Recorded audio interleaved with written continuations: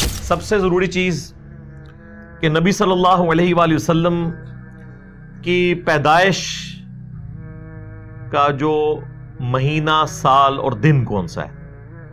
دیکھیں عیسوی اعتبار سے جو اس وقت چل رہا ہے، جسے اے ڈی بھی ہم کہتے ہیں، اینو ڈومینی، ایئر آف دا لارڈ، یعنی حضرت عیسیٰ علیہ السلام کی پیدائش کا سال،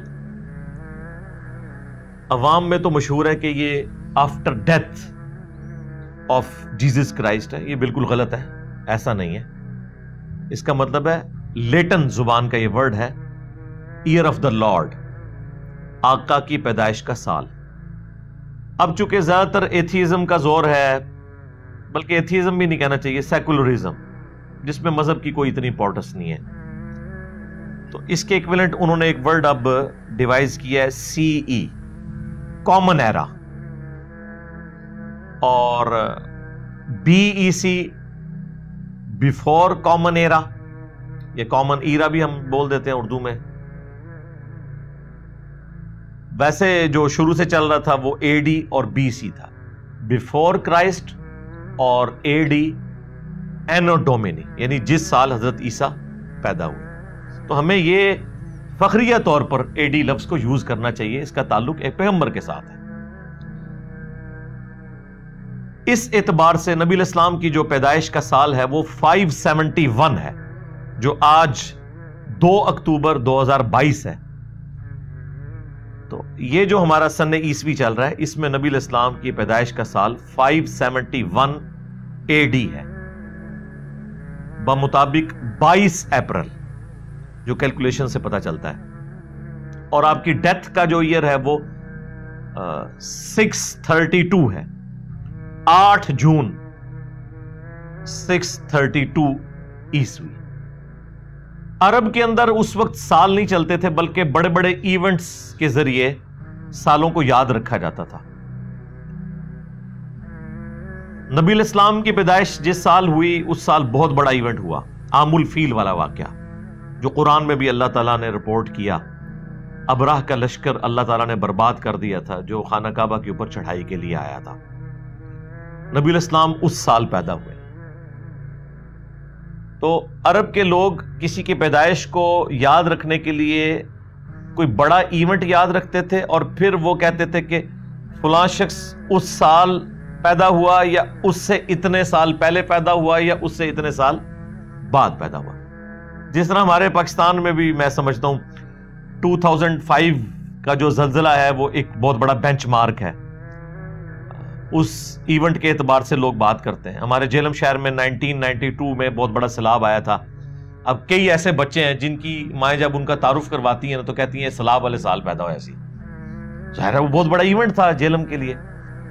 ایون آج بھی میں آپ کو بتا رہا ہوں کہ یہ حوالے استعمال ہوتے ہیں۔ تو جامعہ ترمذی کے اندر حدیث موجود ہے، دلائل النبوہ کے اندر موجود ہے کہ نبی علیہ السلام عام الفیل والے سال، جس سال ابراہ کے لشکر کو، ہاتھیوں والے لشکر کو اللہ تعالیٰ نے معجزانہ طور پر تباہ و برباد کیا، اور بیسیکلی یہ اللہ تعالیٰ نے اس سال کو یادگار بنائے اس لیے تھا کہ اس سال نبی علیہ السلام کی پیدائش ہونی تھی۔ بہت بڑا واقعہ تھا، انسانی ہسٹری کا سب سے بڑا واقعہ رسول اللہ کا دنیا میں تشریف لانا ہے صلی اللہ علیہ وآلہ وسلم۔ تو آپ صلی اللہ علیہ وآلہ وسلم اس سال پیدا ہوئے۔ اب آپ کی پیدائش کا جو دن ہے اس کے اوپر تو کنسنسس ہے کہ وہ منڈے کا دن ہے۔ وہ صحیح مسلم کے اندر حدیث موجود ہے، نبی علیہ السلام منڈے کا روزہ رکھتے تھے۔ پوچھا گیا آپ روزہ کیوں رکھتے ہیں؟ صحیح مسلم میں 2750 نمبر حدیث ہے، کانٹینیوس نمبرنگ میں۔ تو آپ علیہ السلام نے فرمایا فیہ ولدت وفیہ انزل علیہ، اس دن میں پیدا ہوا اور اس دن مجھ پر پہلی وحی نازل ہوئی۔ تو نبی علیہ السلام اپنی پیدائش کی خوشی اور قرآن کے نزول کی خوشی اکٹھی مناتے تھے، ہر سال نہیں، ہر مہینے نہیں، ہر ویک میں منڈے والے دن پیر کا روزہ رکھ کر۔ اچھا، اب تاریخ کیا تھی اس کے حوالے سے ہمارے پاس جو سب سے یعنی قریبی کوئی اگر مواد ملتا ہے تو وہ دلائل النبوہ امام بیہقی کی کتاب میں محمد بن اسحاق تابعی کا قول ہے جو انس ابن مالک کے شاگرد ہیں، 150 ہجری میں فوت ہوئے. وہ کہتے ہیں کہ نبی علیہ السلام عام الفیل والے سال 12 ربیع الاول کو منڈے کے دن پیدا ہوئے، اور آلموسٹ یہی الفاظ شیعہ کے ہاں اصول الکافی، جس طرح ہمارے ہاں صحیح بخاری ہے، ان کی جو حدیث کی ٹاپ آف لسٹ کتاب ہے اصول الکافی، اس میں جو 110 نمبر چیپٹر ہے وہ نبی علیہ السلام کی پیدائش سے متعلق ہے. اس میں بھی موجود ہے کہ نبی علیہ السلام 12 ربیع الاول کو پیدا ہوئے. لہذا منڈے کا دن 12 ربیع الاول کی تاریخ یہ اہل سنت اور اہل تشیع کے ہاں کتابوں کی حد تک تو ایگریڈ اپان ہے. پریکٹیکلی شیعہ جو ہیں وہ 17 ربیع الاول کو منا رہے ہیں. اہل سنت میں جو بریلوی مکتب ہے وہ 12 ربیع الاول کو ایمفیسائز کرتا ہے، جبکہ اہل حدیث اور دیوبند 9 ربیع الاول کی بات کرتے ہیں. اپنے اپنے طریقے سے سارے منا ہی رہے ہوتے ہیں. کوئی اسے امام الانبیاء کانفرنس کہہ کے مناتا ہے، کوئی سیرت النبی کانفرنس کے ذریعے، کوئی میلاد مصطفیٰ کانفرنس کے ذریعے صلی اللہ علیہ وآلہ وسلم. بہرحال اس کے اوپر اتنا تو کنسنسس ہو چکا ہے کہ ربیع الاول کے مہینے میں ہمیں نبی علیہ السلام کی سیرت کو، آپ کے کردار کو، آپ کے معجزات کو، آپ کے دنیا میں آنے کے مقصد کو ڈسکس کرنا ہے. جمعے کے خطبوں کے اندر تمام مکاتب فکر کے لوگ ڈسکس کرتے ہیں، اور اس پہ اجماع ہو چکا ہے. تو اجماع خود بہت بڑی دلیل ہے. المستدرک للحاکم میں یہ حدیث موجود ہے، المعجم الکبیر طبرانی میں بھی، کہ نبی علیہ السلام نے فرمایا کہ اللہ تعالیٰ میری امت کو کبھی بھی گمراہی پر جمع نہیں ہونے دے گا. جماعت پہ اللہ کا ہاتھ ہے. جماعت سے مراد یہ پارٹیاں نہیں، یعنی پوری امت جس چیز کو صحیح سمجھ رہی ہوگی وہ درست ہوگی. اس حد تک تو امت صحیح سمجھتی ہے کہ محرم میں اہل البیت کا ذکر ہو، رمضان میں رمضان کا ذکر ہو، روزوں کا ذکر ہو، اس کے مسائل بیان ہو، ربیع الاول کے موقع پر نبی علیہ السلام کی شخصیت کو ڈسکس کیا جائے. باقی یہ جو کچھ اپنے اپنے انداز میں جو میلاد منایا جا رہا ہے دنیا کے مختلف کونوں کے اندر، جھنڈیوں کی شکل میں، جلوسوں کی شکل میں، خانہ کعبہ شریف، روضہ شریف کے ماڈل بنا کے، اب تو اس لیول تک لوگ چلے گئے کہ ان ماڈلز کے سامنے کھڑے ہو کے دعائیں بھی کر رہے ہوتے ہیں، اور ان کے اپنے علماء چیخ رہے ہوتے ہیں کہ یہ کیا حرکت کر رہے ہو، لیکن ان کی بات کوئی ماننے کے لیے تیار ہی نہیں ہوتا. زیادہ زور اس لیے نہیں لگاتے کہ انہیں خطرہ ہے کہ وہ ہم پہ ہی نہ فتویٰ لگا دیں کہ یہ بھی کہیں انجینئر کو تو نہیں سنتا، تو اس لیے پھر وہ ایک خاص لمٹ کو کراس نہیں کرتے. یہی ہوتا ہے جب آپ سنت کے راستے کو چھوڑتے ہیں تو پھر ایک ایکسٹریم لیول تک چیزیں چلی جاتی ہیں جو آپ کے قابو نہیں آتی. ہاں، جہاں تک اللہ کو منظور ہوتا ہے وہاں تک اللہ تعالیٰ کی غیبی تائید ہوتی ہے. تو غیبی تائید اس لیول تک تو ہے کہ ہم ربیع الاول میں ڈسکس کریں، کیوں نہ کریں. یعنی اس سے بڑا کوئی موقع نہیں ہے کہ نبی علیہ السلام کے پیدائش کے مقصد کو، آپ کی سیرت کو، آپ کے معجزات کو، آپ کی صورت کو، ان ساری چیزوں کو ڈسکس کیا جائے. اس میں کوئی دوسری رائے نہیں ہے. یہ تو بہت بڑی بدبختی ہے کہ کوئی اس مہینے کے اندر ان چیزوں کا ذکر ہی نہ کرے، اور ہر اوٹ پٹانگ ٹاپکس جو ہیں وہ اپنے جمعے کے خطبوں کا حصہ بنا لیں. پولیٹیکل ٹاپکس بھی، اپنے فرقوں کے فضول قسم کے ٹاپکس، ان کو تو ڈسکس کریں، اور نبی علیہ السلام کے دنیا میں آنے کے مقصد کو، آپ کے میلاد کو، آپ کی سیرت کو، آپ کی صورت اور معجزات کو ڈسکس نہ کریں. تو یہ تو بدبختی کسی کی ہو سکتی ہے. اور اس لیول پہ چیزیں شروع سے چلتی آ رہی ہیں. ہمیں اختلاف ان چیزوں کے اوپر ہے جو یہ بعد میں چیزیں مطلب اس لیول پہ ایڈ ہوئی ہیں کہ آج وہ قابو نہیں آ رہی کسی کی. اس کے اوپر ہم بات کرتے ہیں وقتاً فوقتاً، اور احسن طریقے سے اپنا پوائنٹ آف ویو لوگوں کے سامنے رکھتے ہیں. اچھا، اب آپ کو حیران کن بات بتاؤں،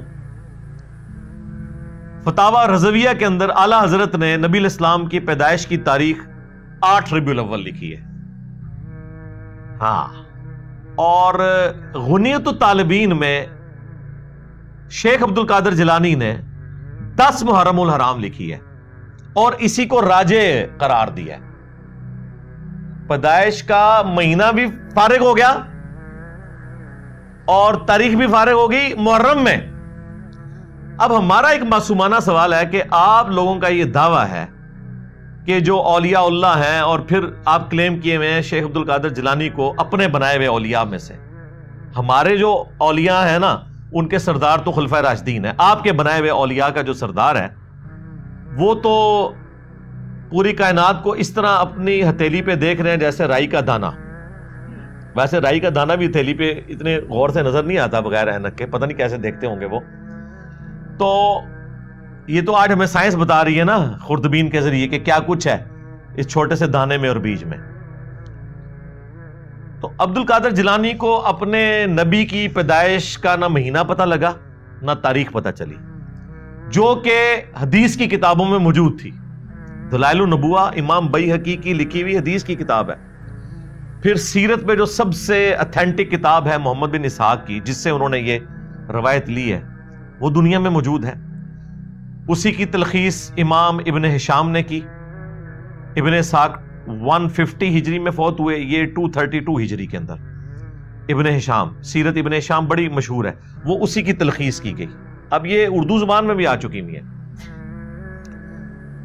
ان کے اندر یہ چیزیں موجود تھی, لیکن ان لوگوں کا علم غیب تو یہاں سے فارغ کرے نا, کہ ان کو تو پتہ ہی نہیں چلا.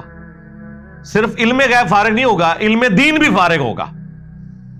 کہ ہمارے بچوں کو تو پتہ ہے کہ دلائل النبوہ, اب دلائل النبوہ حدیث کی جو کتاب ہے وہ شیخ عبد القادر جیلانی کی پیدائش سے پہلے دنیا میں موجود تھی, اور سیرت ابن ہشام تو بہت ہی پرانی تھی, اور سیرت ابن اسحاق تو اس سے بھی پہلے تھی. تو یہ تو کہتے ہیں وہ بہت بڑے عالم دین تھے, تو انہوں نے یہ حدیث کی کتابیں نہیں پڑھی ہوئی تھی. اب ان کے پاس آخری اربا پتہ کیا ہوتا ہے, وہ ہو سکتا ہے جی یہ انہوں نے کتاب ہی نہ ہوئے. ہاں اسی بھی یہی چاہنے ہیں کہ اتھے ہی آؤ, یہ ساری کتاباں کرو دریا برد اور قرآن و سنت ہوتے آ جاؤ, چھڑو انہوں نے. لیکن کتابیں خالی فارغ نہیں ہوں گی. ہاں, if there is no کشف al Mahjub there is no Ali bin Usman Hujwiri, if there is no المحنت Al Mufannad there is no دیوبندیت. ہاں انہی کتابوں میں تو یہ فرقے کھڑے ہوئے ہیں. اگر یہ کتابیں فارغ ہوں گی تو یہ صرف کتابیں نہیں فارغ ہوں گی, اپنے اپنے بابے بھی نہ لے کے ڈبن گیا. ہاں اسی لیے تو ان کتابوں کا دفاع کرتے ہیں. یہ انہیں پتا ہے کہ اگلا سٹیپ ہم سے انہوں نے یہ بنوانا ہے کہ اچھا کتاباں فارغ تھے بابے بھی فارغ. حالانکہ بابے تو فارغ ہو گئے, انہیں کتاباں دی روشنی جی فارغ ہو گئے. یہ اس طرح کی چیزیں یعنی پبلک میں چونکہ چل رہی ہوتی ہیں, اس لیے میں نے اسے ڈسکس کیا. ڈاکٹر ذاکر نائک نے کئی سال پہلے ایک لیکچر دیا تھا, سملیرٹیز بٹوین ہندوازم اینڈ اسلام. اس میں انہوں نے ہندوؤں کی کتاب کلکی پرانا سے یہ ثابت کیا تھا کہ اس میں بھی جو آخری کلکی آئیں گے, آخری اوتار آئیں گے نبی صلی اللہ علیہ وآلہ وسلم, وہ بہار کے مہینے کے دوسرے عشرے کی دوسری تاریخ کو پیدا ہوں گے. اور ربیع الاول, ربیع جو ہے وہ بہار کو ہی کہا جاتا ہے, اس کا دوسرا عشرہ اور اس کی دوسری تاریخ 12 ربیع الاول ہی بنتی ہے. اب نبی الاسلام کی وفات کا دن دیوبند اور اہل حدیث نے تو جھوٹ مشہور کر دیا کہ 12 ربیع الاول وفات کا دن ہے, بریلویوں سے جان چھڑانے کے لیے. اس پہ بھی رہتے تو چلیں کوئی بات ہضم ہو جاتی, لیکن وہ پھر اس میں اس سے بھی آگے گئے. انہوں نے کہا کہ یہ تو غم کا دن تھا اور بریلوی اس دن خوشی منا رہے ہیں. اچھا ادھر تو یہ بات کرتے ہیں, جب ہم 10 محرم کے اوپر اہل البیت کا ذکر کریں تو کہتے ہیں نہیں سوگ تو 3 دن ہوتا ہے, غم منانے کی ضرورت ہی نہیں ہے. کسی کی جگہ تے کھلو وہ یارا. تو ایک طرف آپ کہتے ہیں غم منانے کی ضرورت نہیں ہے, دوسری جگہ آپ کہتے ہیں یہ تو غم کا دن ہے, اور وہ عجیب سا ایک بڑا دردناک سا میسج بھی وہ فلوٹ کرواتے ہیں جی کہ اس دن مدینے کی گلیوں میں جو ہے وہ غم کی کیفیت تھی صحابہ کرام پہ, اور یہ دیکھو یہ جھنڈیاں لگا رہے ہیں. پہلی بات ہے کہ تمہارے کس بندے نے, کس روحانی ابے نے تمہیں یہ پڑھایا کہ نبی علیہ السلام 12 ربیع الاول کو فوت ہوئے ہیں؟ یہ دنیا کی کس کتاب میں لکھا ہوا ہے؟ اس کتاب کا ذرا ہمیں نام بتا دیں. کس حدیث کی کتاب میں, کس سیرت کی کتاب میں یہ بات لکھی ہوئی ہے؟ جھوٹ بولا. اور میں نے بخاری اور مسلم سے ثابت کیا ہے کہ نبی علیہ السلام 12 ربیع الاول کو فوت نہیں ہوئے. بڑا سمپل سا فارمولہ ہے. میں نے اپنے زمانے بریلویت میں ایک ریسرچ پیپر لکھا تھا, وہ آج بھی ہماری ویب سائٹ پہ ریسرچ پیپر نمبر 12 کے نام سے اپلوڈڈ ہے. وہ اس لیے اپلوڈڈ ہے کہ وہ اس وقت بھی درست لکھا ہوا تھا، اس کا یہ والا حصہ آج تک ویلڈ ہے، نہ اس وقت کوئی وہابی جواب دے سکا اہل حدیث یا دیوبندی، نہ آج کوئی دے سکا۔ سمپل فارمولہ ہے، بخاری اور مسلم دونوں میں حدیث ہے کہ نبی صلی اللہ علیہ وآلہ وسلم کی ڈیتھ منڈے والے دن ہوئی۔ وہ جو پورا واقعہ ہے، حضرت ابوبکر صدیق نماز پڑھا رہے تھے تو نبی علیہ السلام نے حجرے کا پردہ ہٹایا، اور صحابہ کرام کہتے ہیں ہم شوق دیدار میں قریب تھا کہ نماز توڑ کر آپ کی طرف متوجہ ہوتے، کئی دن سے آپ کی زیارت نہیں ہوئی تھی، تو نبی علیہ السلام نے یوں اشارہ کیا اور کہا کہ اپنی نماز مکمل کرو، اور آپ واپس چلے گئے۔ اور اس حدیث کے اینڈ پہ الفاظ ہے کہ وہ منڈے کا دن تھا، اور اسی دن پھر آپ چاشت کے وقت دنیا سے تشریف لے گئے۔ اس حدیث سے ثابت ہوا کہ نبی علیہ السلام منڈے والے دن فوت ہوئے۔ ربیع الاول کے اوپر بھی اجماع ہے کہ ربیع الاول میں آپ کی ڈیتھ ہوئی ہے۔ یہاں ہمیں یہ پتہ چل گیا کہ ربیع الاول میں نبی علیہ السلام کسی ایسے دن فوت ہوئے ہیں، اس تاریخ کا تو ہمیں نہیں پتا، لیکن وہ دن منڈے کا تھا۔ یہ ایک کانسٹینٹ آپ کو مل گیا، اب میں میتھمیٹیکلی اس کو ثابت کروں گا۔ دوسرا کانسٹینٹ جو ہے وہ بھی بخاری اور مسلم میں ہے کہ سیدنا عمر کے پاس ایک یہودی آ کے کہتا ہے کہ آپ کی کتاب میں ایک ایسی آیت ہے کہ ہم یہودیوں پر نازل ہوتی تو ہم اسے عید کا دن بنا لیتے۔ سیدنا عمر رضی اللہ تعالیٰ عنہ نے پوچھا وہ کون سی آیت ہے؟ تو اس نے کہا الیوم اکملت لکم دینکم واتممت علیکم نعمتی ورضیت لکم الاسلام دینا، جس میں اسلام کے مکمل ہونے کی، دین کے مکمل ہونے کی خوشخبری تھی۔ آج کے دن ہم نے تم پر تمہارا دین مکمل کر دیا اور اپنی نعمت تمام کر دی، اور اسلام کو ایز اے ریلیجن تمہارے لیے پسند کیا۔ تو وہ یہودی کہنے لگا یہ تو آپ کے لیے عید کا دن ہونا چاہیے۔ تو حضرت عمر نے بڑا انٹلیکچوئل جواب دیا، انہوں نے کہا کہ ہمیں خوب معلوم ہے کہ یہ آیت کس موقع پر نازل ہوئی، وہ یوم عرفہ ہی کا دن تھا اور جمعے کا دن تھا، یعنی 9 ذوالحجہ جمعے کا دن تھا۔ نبی علیہ السلام اپنے پہلے اور آخری حج میں تھے 10 ہجری کے اندر۔ تو بیسیکلی حضرت عمر نے اسے یہ جواب دیا کہ بھائی جو تم کہہ رہے ہو نا عید کا دن، تو وہ جمعے کا ہی دن تھا اور یوم عرفہ کا دن تھا، یعنی اس دن اللہ نے ہمیں پہلے ہی 2 عیدیں دی ہوئی تھی۔ اور یہ جو میں فارم بیان کر رہا ہوں نا، یہ سیم الفاظ ابن عباس سے ثابت ہیں، جامعہ ترمذی میں حدیث موجود ہے۔ ابن عباس کو جب ایک یہودی آ کے یہی بات کرتا ہے تو وہ جواباً کہتے ہیں کہ اس دن تو اللہ نے ہمیں 2 عیدیں دی ہوئی تھی۔ 2 عیدوں کا لفظ ہے، ایک جمعے کا دن اور ایک یوم عرفہ۔ اچھا، اس سے پتا چلا یہ جو عید کے لفظ پہ بھی آپ جھگڑتے ہیں نا کہ جی عیدیں 2 ہی ہوتی ہیں، سرکار 52 عیدیں تو یہ ہو گئی، 52 جمعے تو سال میں آتے ہیں، اور یوم عرفہ 53۔ تو لغت میں اگر کوئی عید کے لیے ان عید میلاد النبی کہہ لیتا ہے تو یہ کوئی جھگڑے والی بات نہیں ہے۔ اصطلاحاً وہ بھی وہی والی عید ہی مانتے ہیں 2 نماز، وہ عید الفطر اور عید الاضحیٰ کے دن ہی پڑھتے ہیں، اس دن کوئی نماز نہیں ہو رہی ہوتی، بلکہ کئی لوگوں نے تو روزہ رکھا ہوا ہوتا ہے یار۔ پھر وہ اعتراض کر رہے ہوتے ہیں اچھا یہ عید کا دن ہے تو آپ لوگوں نے روزہ کیوں رکھا ہوا ہے؟ وہ کہتے ہیں جی آپ کو بتاتے ہیں، بخاری مسلم میں حدیث ہے کہ 10 محرم جو ہے وہ عید کا دن تھا یہودیوں کے لیے، حضرت موسیٰ علیہ السلام کو نجات ملی تھی تو وہ روزہ رکھتے تھے، تو نبی علیہ السلام نے کہا کہ تم بھی رکھا کرو۔ تو عید والے دن بھی روزہ رکھا جا سکتا ہے بشرطے کہ وہ عید وہ والی عید ہو۔ ہوں تجھے منہ اڑ کے بہ جاؤ، اس لیے چھوڑ دو یار، آپ لوگوں کو اندازہ نہیں ہے کہ اتنے آسان معاملات نہیں ہے کہ ان کو اس طریقے سے ٹیکل۔ ہاں، آپ اگر اپنے فرقے میں پوری زندگی رہے ہیں اور آپ کو دوسرے کے دلائل کا نہیں پتا، تو جس طرح سنیوں کو پتہ ہی نہیں تھا کہ اہل البیت پہ کیا افطار ٹوٹی ہے، وہ تو سمجھ رہے تھے یہ شیعہ پاگل ہیں جو یہ ماتم کر رہے ہیں، ٹھیک ہے۔ اب ان کا یہ حال ہے کہ وہ کہتے کہ یار یہ سانو ہی پیٹ رہے جے، ساڈے وڈیاں نو ہی پیٹتے پے جے تے صحیح پیٹتے پے جے۔ جب تک آپ کو نہیں پتا تو ظاہر آپ کو تو پتہ ہی نہیں کہ پرابلم کیا کھڑا ہوا ہے۔ تو اس لیے یہاں پہ بھی ان ایشوز کو اتنا آسان نہیں ہے۔ بال واپس آ جائیں تو اس حدیث بخاری اور مسلم کی جو میں نے بیان کی، اس سے پتا چلا کہ نبی علیہ السلام نے جس سال حج کیا ہے اس دن یوم عرفہ جمعے کے دن آیا تھا 9 ذوالحجہ۔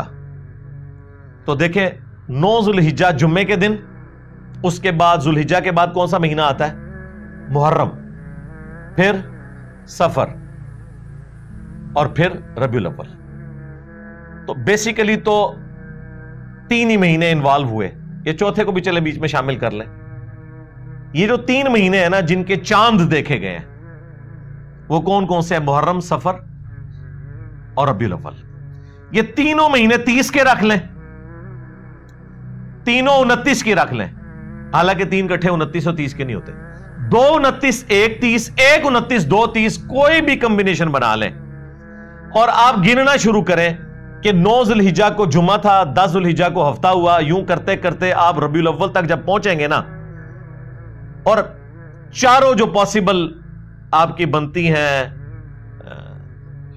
کیلکولیشنز کہہ لیں یا آئٹریشنز پرفارم جو کرنی ہے وہ آپ کر لیں، تو آپ دیکھیں گے کسی کیلکولیشن میں بھی حیران کن بات ہے کہ 12 ربیع الاول منڈے والے دن نہیں بن رہی ہوگی، یا وہ جمعے والے دن بن رہی ہوگی، یا وہ ہفتے والے دن بن رہی ہوگی، یا اتوار کو بن رہی ہوگی، منڈے کو نہیں بن رہی. جبکہ بخاری مسلم سے ہمیں پتا چلا کہ وہ منڈے کا دن تھا، تو اس کا مطلب ہے کہ 12 تو نہیں تھا، اس کے علاوہ کوئی اور دن ہو سکتا ہے. یہ ریسرچ پیپر میں نے 2001 میں لکھا تھا، آج سے 21 سال پہلے، لکھ کے سارے وہابیوں کو بھیجا، چاہے وہ اہل حدیث تھے، دیوبندی تھے، کہ اس کا جواب دو. بڑے بڑے مدارس میں لوگ لے کے گئے، ایک ہفتہ مانگا، لیکن آج 21 سال گزر چکے ہیں، جواب نہیں آیا. شیخ زبیر عزیزی صاحب سے میری 2008 میں بات ہوئی تو وہ مجھے کہنے لگے میرے پاس بھی آیا تھا، تو میں نے کہا آپ ہی جواب لکھ دیتے. کہتے جواب کیا لکھتے، صحیح لکھا ہوا تھا. لیکن خاموشی اختیار کر لی. ہونا تو چاہیے تھا کہ اگر صحیح لکھا تھا تو کہتے کہ ٹھیک لکھا ہوا ہے. بہرحال انہوں نے جو اپنی کتاب فضائل درود و اسلام جو ترجمہ کیا انہوں نے فضل الصلاۃ علی النبی کا، قاضی اسماعیل کی کتاب کا، اس کے اینڈ پہ انہوں نے نبی الاسلام کی نا مختصر سی سیرت 2 صفحات کے اوپر لکھی ہے. اس پہ اینڈ پہ انہوں نے لکھا ہے کہ نبی الاسلام 11 ہجری میں منڈے کے دن ربیع الاول میں فوت ہوئے. 12 تاریخ نہیں لکھی، یعنی ان کو سمجھ آ گئی. اب آ جائیں جو لوگ مروجہ طریقے سے اس ایشو کو لے کے چل رہے ہیں، وہ یہ کہتے ہیں کہ جی اس کی اصل قرآن کے اندر موجود ہے. اللہ تعالیٰ نے سورہ یونس میں فرمایا قُلْ بِفَضْلِ اللَّهِ وَبِرَحْمَتِهِ فَبِذَلِكَ فَلْيَفْرَحُوا، کہ اے نبی تم فرماؤ کہ اللہ کے فضل اور رحمت کے ملنے کے اوپر خوشیاں مناؤ، اور یہ اس سے بہتر ہے جو تم نے دنیا کا متاع جوڑ رکھا ہے. وہ کہتے ہیں کہ جی قرآن کا واضح فتویٰ ہے کہ اللہ کا فضل اور رحمت ملے تو خوشیاں مناؤ. وہ کہتے ہیں اس سے بڑی کیا رحمت ہوگی کہ وَمَا أَرْسَلْنَاكَ إِلَّا رَحْمَةً لِلْعَالَمِينَ. اور پھر ایسی رحمت اور ایسی نعمت کہ سورہ آل عمران میں اللہ تعالیٰ فرما رہا ہے لَقَدْ مَنَّ اللَّهُ عَلَى الْمُؤْمِنِينَ إِذْ بَعَثَ فِيهِمْ رَسُولًا، بے شک اللہ تعالیٰ کا احسان ہوا ہے مومنین کے اوپر کہ ان میں سے ہی ایک رسول ان میں مبعوث ہوئے، یتلو علیہم آیاتہ ویزکیہم ویعلمہم الکتاب والحکمہ وان کانوا من قبل لفی ضلال مبین، جو ان پر اللہ کی آیات تلاوت کرتے ہیں، ان کا تزکیہ کرتے ہیں، انہیں کتاب و حکمت سکھاتے ہیں، اس سے پہلے یہ کھلی گمراہی میں تھے. تو کہتے ہیں کہ یہ اللہ نے وہ احسان کیا جسے قرآن میں احسان کے طور پر بیان کیا ہے، لہٰذا احسان بھی ہے، رحمت بھی ہے، اور قرآن کہہ رہا ہے کہ اللہ کے فضل اور رحمت کے اوپر خوشیاں مناؤ. تو اس لیے ہم میلاد اس طریقے سے مناتے ہیں کہ رسول اللہ سے بڑا کوئی احسان نہیں. ہم کہتے ہیں رکو ذرا، صبر کرو، بالکل ٹھیک کہہ رہے ہو، لیکن اس طریقے پر مناؤ جو نبی علیہ السلام نے تعلیم فرمایا ہے. صحیح مسلم میں فیہ ولدت وفیہ انزل علیہ، پوچھا گیا پیر کے روزے کے بارے میں، فرمایا اس دن میں پیدا ہوا اور اس دن مجھ پر پہلی وحی نازل ہوئی. تو نبی علیہ السلام نے جشن قرآن اور جشن میلاد منڈے کا روزہ رکھ کر منایا ہے. اور مزے کی بات بتاؤں، یہ سورہ یونس کی جو آیات ہے نا، یہ اسپیسیفکلی نزول قرآن کے بارے میں ہے. یا ایھا الناس قد جاءتکم موعظۃ من ربکم، یہاں سے یہ سٹارٹ ہوتا ہے. اے لوگو بے شک تمہارے پاس اللہ کی طرف سے واضح و نصیحت والی کتاب نازل ہو گئی جو دلوں کو لگے ہوئے روگ کا علاج ہے اور رحمت ہے مومنین کے لیے. پھر ساتھ اللہ نے فرمایا قل بفضل اللہ وبرحمتہ، اللہ کے فضل اور رحمت کے اوپر خوشیاں مناؤ. یہ اسپیسیفکلی قرآن کے بارے میں تھا. اب آپ اس کو جوڑ لیں صحیح مسلم کی حدیث کے ساتھ کہ نبی الاسلام نے قرآن اور اپنی پیدائش کی خوشی کو جمع کیا اور فرمایا فیہ ولدت وفیہ انزل علیہ، اس دن میں پیدا ہوا اور اس دن مجھ پر پہلی وحی نازل ہوئی. جشن قرآن اور جشن میلاد یہ اکٹھے نبی الاسلام نے منائے. مجھے بتائیں جو اسپیسیفکلی نبی علیہ السلام نے جس خوشی کا اظہار اپنی پیدائش کے ساتھ کیا وہ قرآن کی خوشی تھی، اور ہمارے علماء ہماری پبلک کو یہ بتاتے ہیں قرآن حدیث ڈائریکٹ نہیں پڑھنا گمراہ ہو جاؤ گے. یہ کون سا جشن قرآن ہے کہ آپ قرآن کی آیات اپنی ہر نماز کی ہر رکعت میں پڑھیں ایاک نعبد و ایاک نستعین، اور پھر نماز کے بعد آپ بابوں کو پکارنا شروع کر دیں، مرے ہوئے لوگوں کو اللہ کے مقابلے پر ٹھہرا لیں، خواہ بندے کہہ کر ٹھہرائیں خواہ کسی بھی طریقے سے، وہ ہمارے نفع نقصان کے مالک ہی نہیں ہے. تو جشن قرآن پریکٹیکلی یہ ہے کہ آپ اس توحید کے اوپر چلیں، اور جشن رسول یہ ہے کہ آپ نبی علیہ السلام کی عظمت اپنے دل میں بٹھائیں اور اس کے بعد نبی علیہ السلام کی جو دعوت ہے اس کو آگے لے کر چلیں. یہ ہے کام کرنے کا، اور یہ بات میں اپنی طرف سے نہیں کر رہا. ربیع الاول کے اس موقع پر میں تمام مسلمانوں سے ریکویسٹ کروں گا کہ سورۃ الاعراف کی جو آیت نمبر 157 ہے نا، اسے ایک دفعہ ضرور کور کریں تاکہ آپ کو پتا چلے کہ بینگ امتی ہماری کیا رسپانسبلٹی ہے میلاد کے حوالے سے، کہ نبی علیہ السلام کی جو دنیا میں تشریف آوری ہے، آپ کی جو پیدائش ہے، اس میں سے ہم نے رزلٹ کیا نکالنا ہے، اور کون سے اہل ایمان ہیں جن کے ایمان کو اللہ تعالیٰ نے قبول کیا. یہ 157 نمبر آیت ہے اسپیسیفکلی نبی علیہ السلام کے حوالے سے کہ ان پر ایمان لانے والے لوگ کون سے ہیں. الذین یتبعون الرسول النبی الامی، یہ وہ لوگ ہیں جو پیروی کرتے ہیں، اتباع کرتے ہیں نبی امی کی. نبی امی ام القرى یعنی مکے کے رہنے والے، اور امی ان معنوں میں کہ نبی علیہ السلام نے دنیا میں کسی سے تعلیم حاصل نہیں کی تھی، آپ لکھنا پڑھنا نہیں جانتے تھے، اور یہ آپ کا عیب نہیں تھا، آپ کی خوبی تھی. کیونکہ سورۃ العنکبوت میں اللہ تعالیٰ نے فرمایا کہ اگر یعنی اس قرآن کے نزول سے پہلے نہ اپنے دائیں ہاتھ سے آپ کچھ لکھ سکتے تھے، نہ کتاب میں کچھ پڑھ سکتے تھے. اگر ایسا ہوتا تو یہ بات کافروں کو شک میں مبتلا کر دیتی کہ یہ کتاب آپ نے خود لکھی ہے. ڈاکٹر اقبال کا شاعر ہونا خوبی ہے، ہمارے نبی کا شاعر ہونا خامی ہوگی. وما علمناہ الشعر وما ينبغی لہ، ہم نے ان کو شعر کہنا نہیں سکھایا اور نہ یہ ان کی شان کے لائق ہے.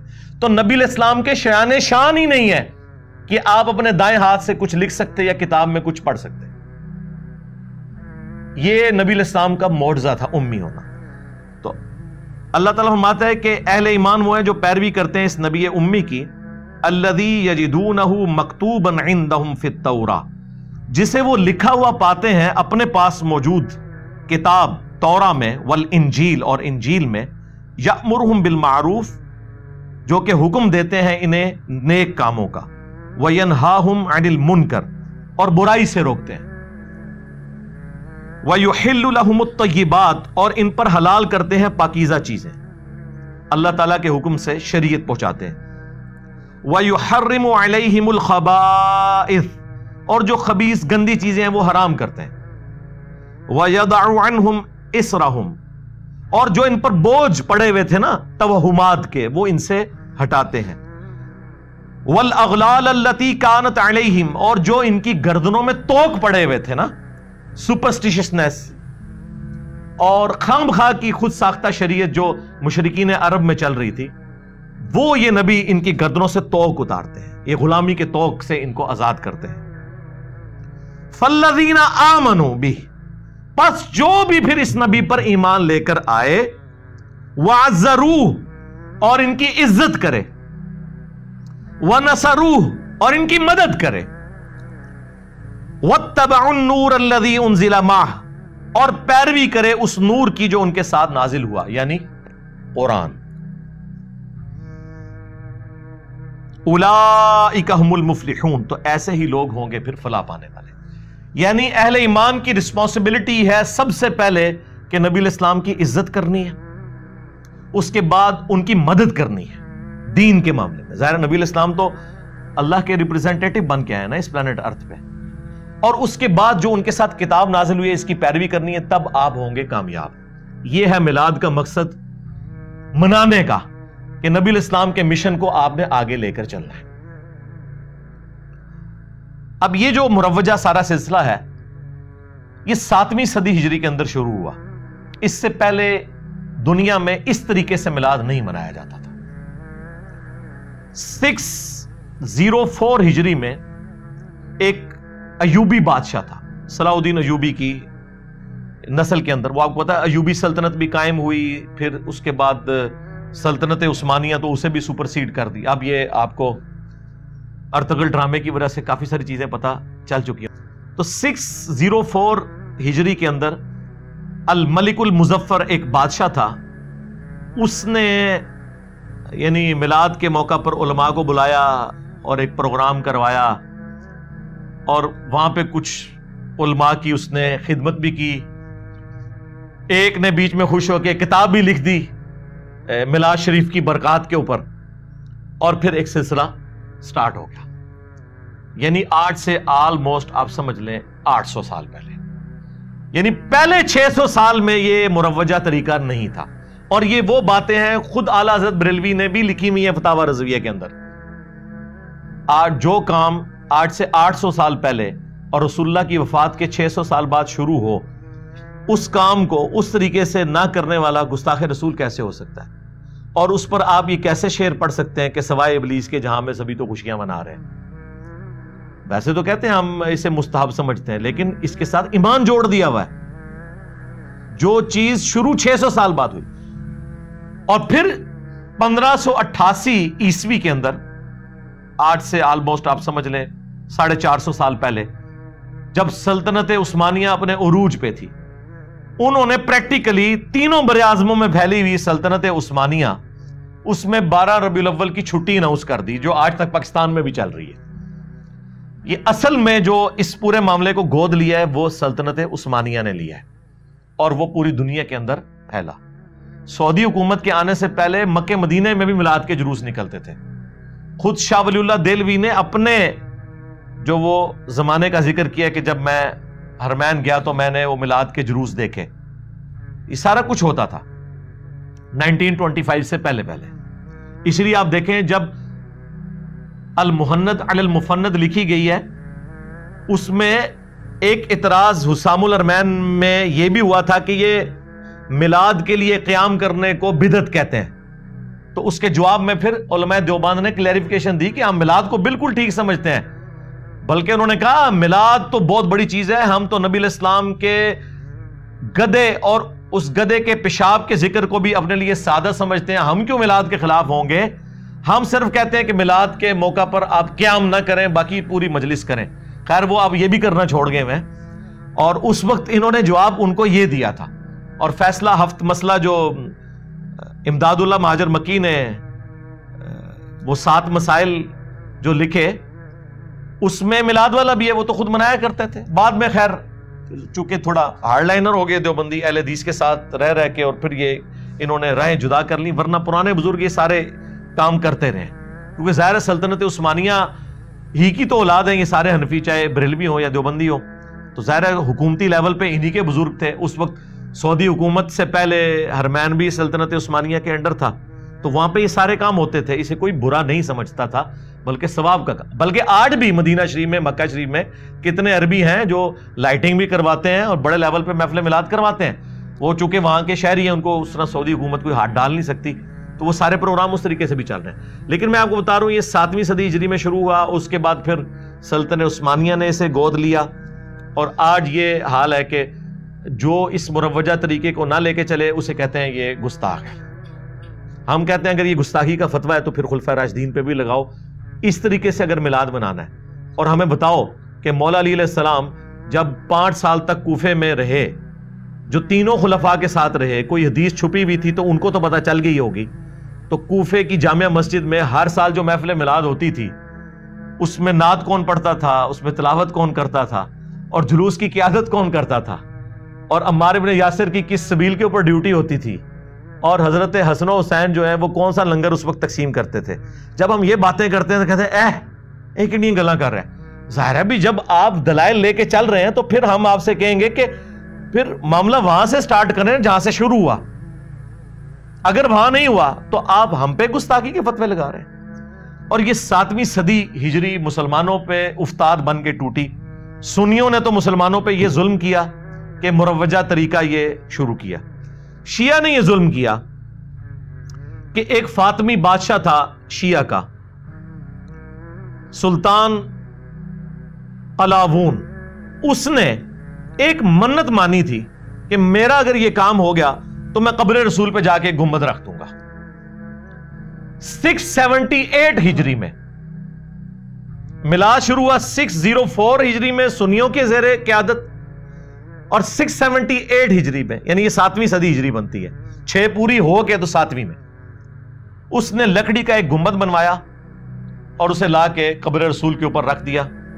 اس وقت اس کا کلر سفید تھا، گرین کلر تو بہت بعد میں سلطنت عثمانیہ نے اس کو کیا، پہلے سفید گنبد تھا.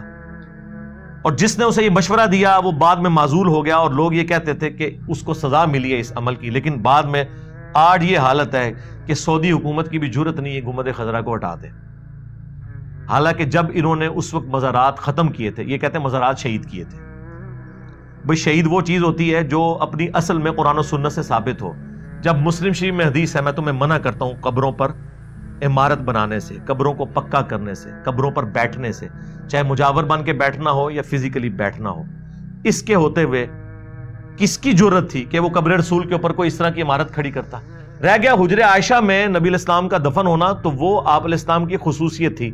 ترمذی میں حدیث ہے، حضرت ابو بکر صدیق رضی اللہ تعالیٰ عنہ نے فرمایا تھا کہ نبی علیہ السلام کی قبر آپ کی چارپائی کے نیچے کھودو، کیونکہ میں نے نبی علیہ السلام سے سنا تھا کہ اللہ تعالیٰ نبی کو اس زمین میں موت دیتا ہے جو سب سے بڑھ کر محبوب ہو. لہٰذا جس جگہ آپ کی ڈیتھ ہوئی ہے ایگزیکٹ اس چارپائی کے نیچے آپ کی قبر کھودی جائے. یہ نبی علیہ السلام کی حدیث کی بنیاد پہ فیصلہ ہوا تھا. یہ نہیں ہوا تھا کہ نبی علیہ السلام کی قبر کے اوپر حجرہ عائشہ بنایا گیا تھا، وہ پہلے سے موجود تھا، کوئی گنبد نہیں تھا، حجرے کے اندر دفن ہوئے. یہ گنبد 678 ہجری میں رکھا گیا. کوئی سوچ سکتا ہے ٹیکنالوجی نہ ہو شاید اس لیے نہیں رکھا. نہیں سرکار، 80 ہجری کے اندر جب ہزاروں صحابہ زندہ تھے، عبد الملک بن مروان بنو امیہ کا جو بادشاہ تھا، اس نے یہ ڈوم آف دا راک بنوایا جس چٹان سے نبی علیہ السلام معراج پہ تشریف لے گئے. قبۃ الصخرہ اسے کہتے ہیں. کتنا بڑا ڈوم ہے، گنبد خضرا سے تو بہت بڑا ہے. وہ اس زمانے میں بنا ہوا ہے. اور اس سے بھی پیچھے آپ چلے جائیں، سیدنا عمر کے زمانے میں جب رومن امپائر آج کا اربوں ڈالر جزیہ دے رہی تھی مسلمانوں کو، تو حضرت عمر تو سونے کا گنبد بنا کے رکھ سکتے تھے. ٹیکنالوجی موجود تھی. آیا صوفیہ نبی علیہ السلام کی پیدائش سے بھی کئی سو سال پہلے کا ہے، جو یہ استنبول میں، اس کا ذرا گنبد دیکھیں، گنبد خضرا جیسے درجنوں گنبد اس میں سے نکلتے ہیں. تو ٹیکنالوجی موجود تھی، لیکن صحابہ کرام کو پتا تھا کہ نبی علیہ السلام کی قبر مبارک پہ اس طریقے سے عمارت نہیں بنائی جا سکتی. اب وہ گنبد بنا بعد میں ہے، اور آج اس لیول پہ جو بندہ اس کے بارے میں بولے اسے گستاخ رسول کہتے ہیں. اور اس گنبد کے بارے میں وہ لوگ بھی بات نہیں کر سکتے جو مزارات کے خلاف بولتے ہیں. ان کی بھی جرت نہیں ہے. وہ زیادہ زیادہ کہتے ہیں نہیں یہ نبی علیہ السلام کی خصوصیت ہے.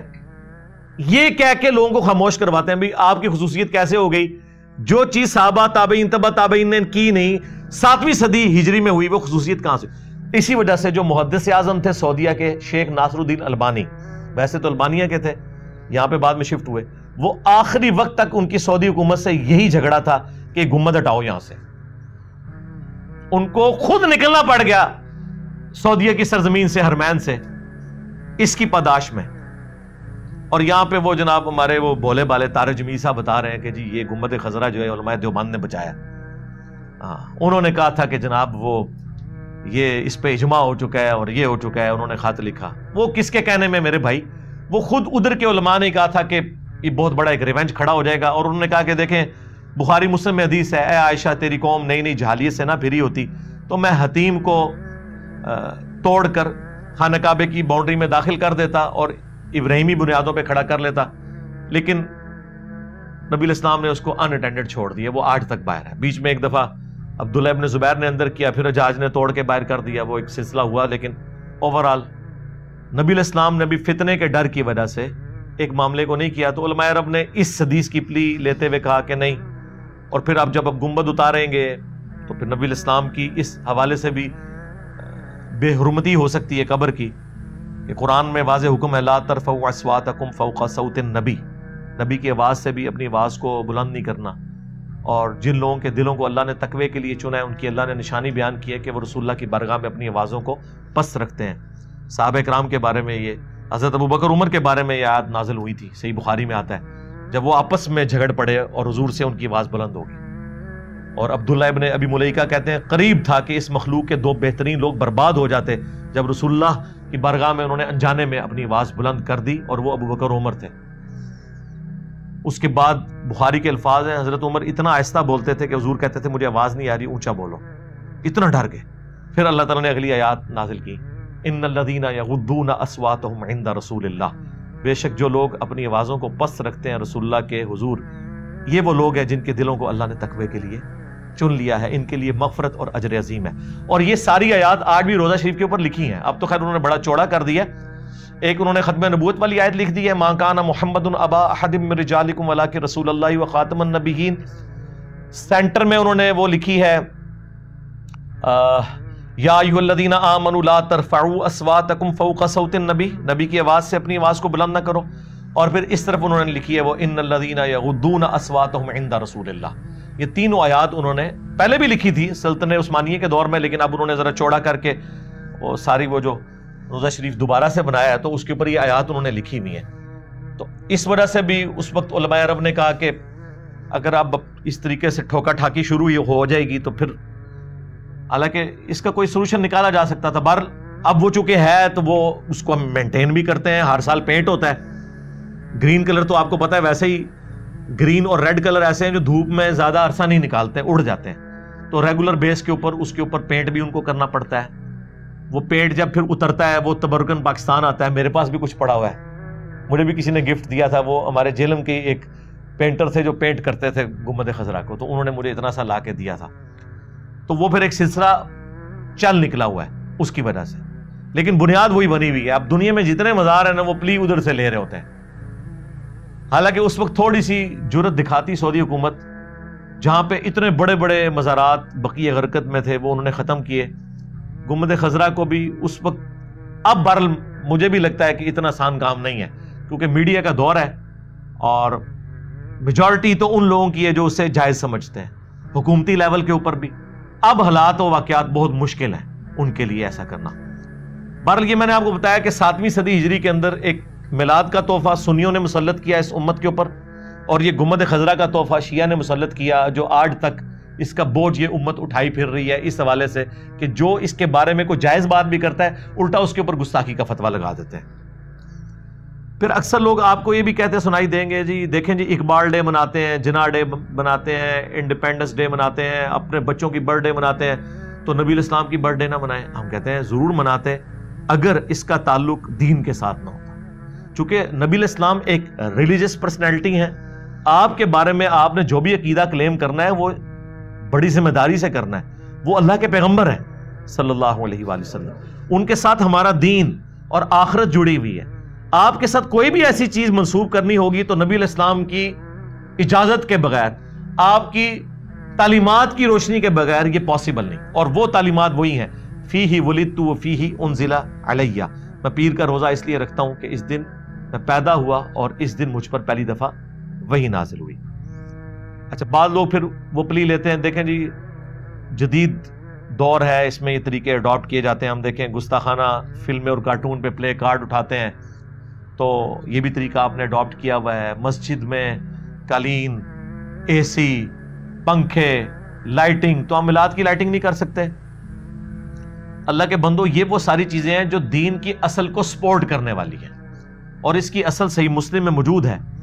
جب کچھ غریب لوگ مسلمان ہوئے، نبی الاسلام کے چہرہ مبارک پہ ناگواری کے آثار آئے، آپ نے صحابہ کو ترغیب دلائی، مسجد نبوی میں خطبہ دیا، تو ایک انصاری اٹھا اور گھر سے اتنا بڑا بورا لے آیا سامان کا، لا کے مسجد نبوی کے سین میں رکھا۔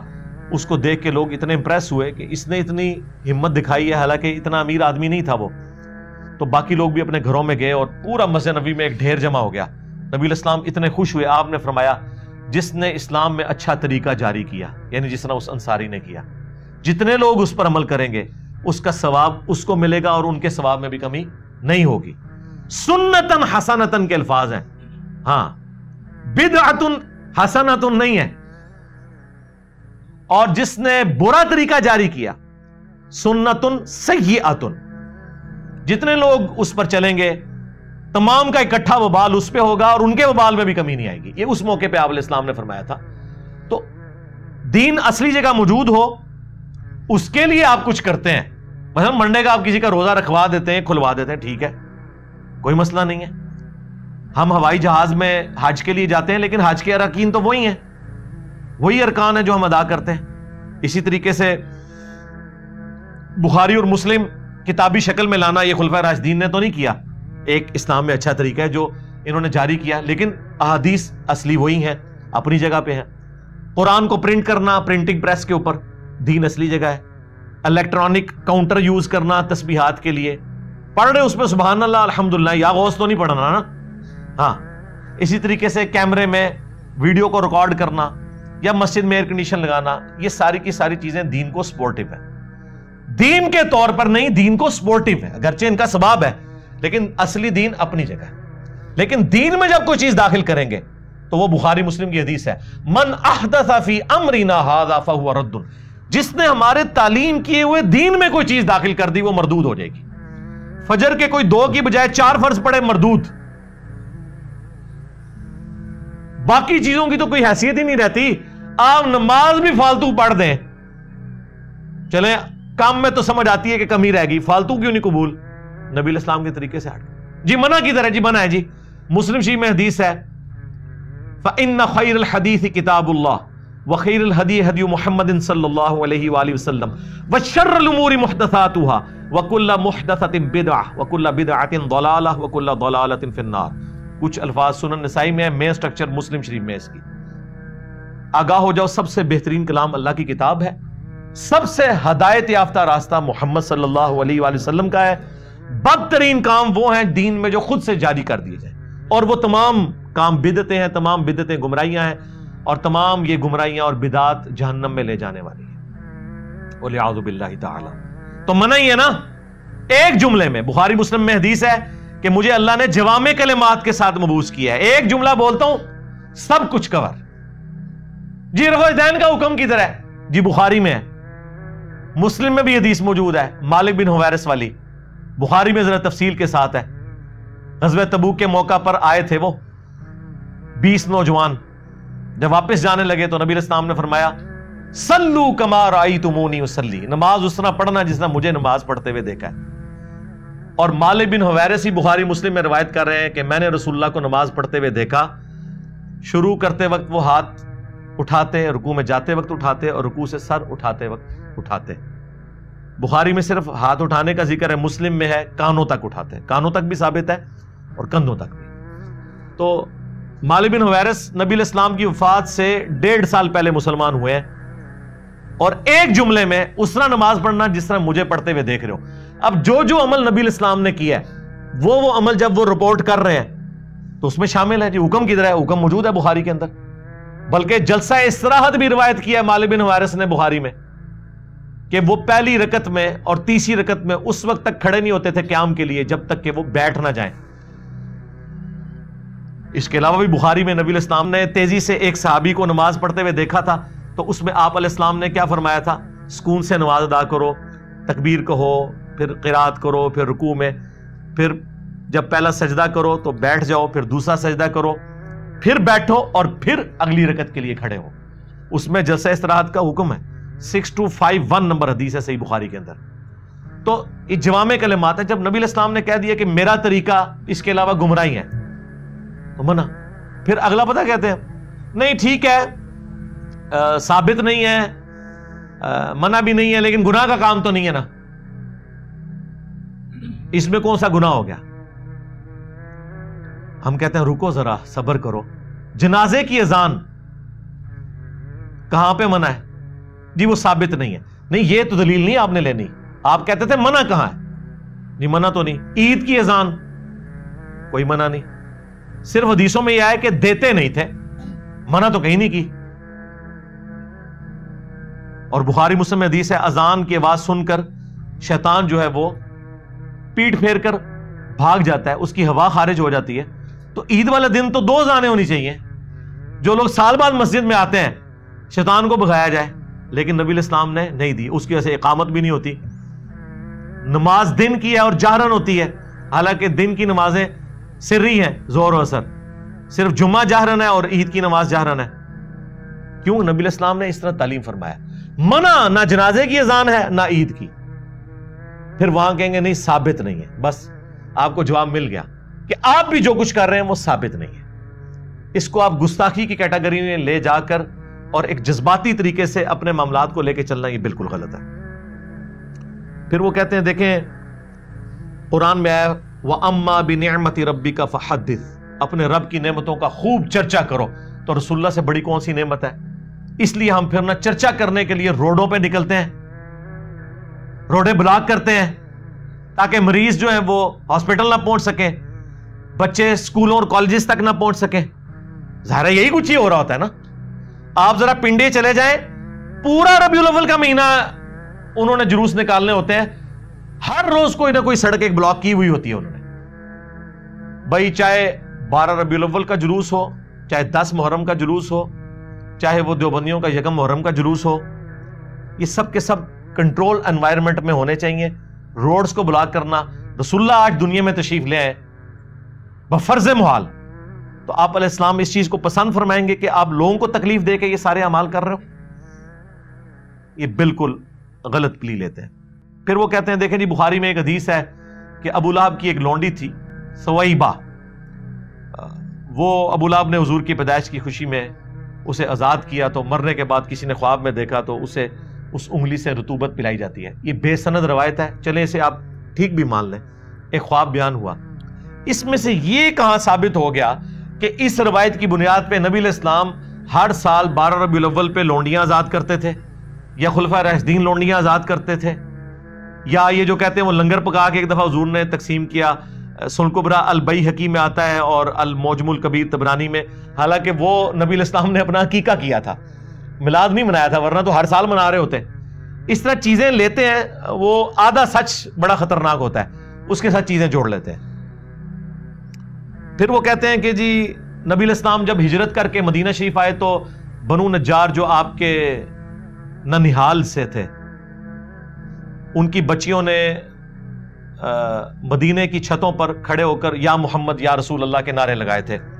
بالکل لگائے تھے, کیونکہ نبی علیہ السلام سامنے تشریف لائے تھے, ہجرت کی خوشی میں آپ کو ویلکم کیا تھا. آج بھی رسول اللہ سامنے تشریف لائیں, ہم لبیک یا رسول اللہ کے نعرے لگا کے آپ کو ریسیو کریں گے. اس میں میلاد تو ثابت کہیں نہیں ہوتا. یہ تو نہیں تھا کہ ہر سال جب ہجرت کی ڈیٹ آتی تھی تو بچیاں چھتوں پہ چڑھ کر طلع البدر علینا اور یہ سارا کچھ پڑھتی تھی. وہ ایک ایونٹ تھا, اس ایونٹ کو اس وقت سیلیبریٹ کیا گیا. پھر وہ کہتے ہیں کہ جی لائٹنگ کا ثبوت تو اس حدیث میں ہے جو مسند احمد میں ہے, دلائل النبوہ کے اندر بھی ہے اور مشکات میں موجود ہے. بالکل صحیح حدیث ہے. نبی علیہ السلام نے فرمایا میں اللہ کے ہاں اس وقت بھی خاتم النبیین لکھا ہوا تھا جب آدم علیہ السلام ابھی مٹی اور پانی کے درمیان تھے. میں دعائے ابراہیم ہوں, میں عیسیٰ کی بشارت ہوں, میں اپنی والدہ کا وہ خواب ہوں جو انہوں نے پیدائش کے وقت دیکھا کہ ان کے لیے ایک روشنی ظاہر ہوئی جس کی وجہ سے شام کے محلات بھی ان پر روشن ہو گئے. وہ کہتے ہیں اس سے لائٹنگ ثابت ہوتی ہے. نبی علیہ السلام کی والدہ محترمہ کو اللہ تعالیٰ نے یہ بشارت دی تھی کہ آپ سے وہ بچہ پیدا ہوگا کہ جس کا دین, جس کی حکومت بالآخر اس وقت کی سب سے بڑی سپر پاور رومن امپائر کو بھی سپر سیڈ کر جائے گی. یہ ایک بشارت تھی اس سے نبی علیہ السلام کے گھر والوں نے، اہل البیت نے یا خلفائے راشدین نے کبھی یہ رزلٹ نہیں نکالا کہ وہ 12 ربیع الاول کے اوپر لائٹنگ کروانا شروع کر دے. حالانکہ اس وقت بھی دیے مسجدوں میں جلتے تھے، لیکن کوئی ایسا رزلٹ نہیں نکالا گیا. وہ کہتے نہیں جی عبداللہ محدث دہلوی نے لکھا ہے کہ وہ 3 جھنڈے دیے گئے تھے، ایک نبی علیہ السلام کے گھر پر، ایک خانہ کعبے کی چھت کے اوپر. عبدالحق محدث دہلوی یہ انڈیا، پاکستان، بنگلہ دیش میں وہ تحفہ ہے کہ جتنی آپ کو یہ بڑی بڑی خرابیاں نظر آ رہی ہیں نا، یہ اس بندے کی وجہ سے ہیں.